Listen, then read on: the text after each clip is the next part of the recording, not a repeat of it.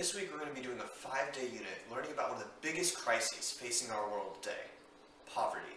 Now, poverty is defined as the state of being extremely poor and lacking basic needs such as nutritious food, clean water, shelter, healthcare, and transportation.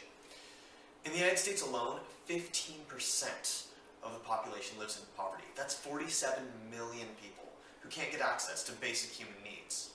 And this statistic only goes up when looking at minorities or people with disabilities. On day 2, we're going to be looking at the Navajo Nation, an area where many people live in poverty, and it's just north of us here in Phoenix. So what are the causes of poverty? Unfortunately, there's no one simple answer. Instead, there are multiple factors that account for creating poverty.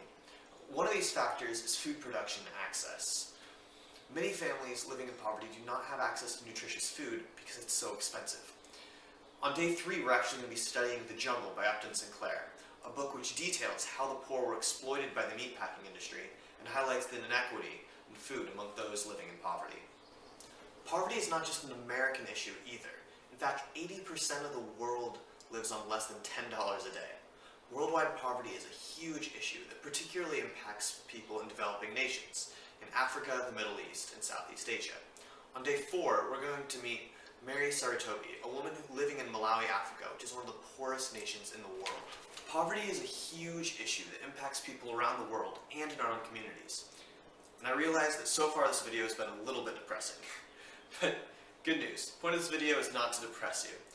In fact, it's actually to give you hope. See, there's so many organizations and programs that are combating poverty, from UNICEF to the United Nations. On day 5, we're going to be working in project groups to come up with sustainable solutions to a poverty-related issue that we learned about during this week.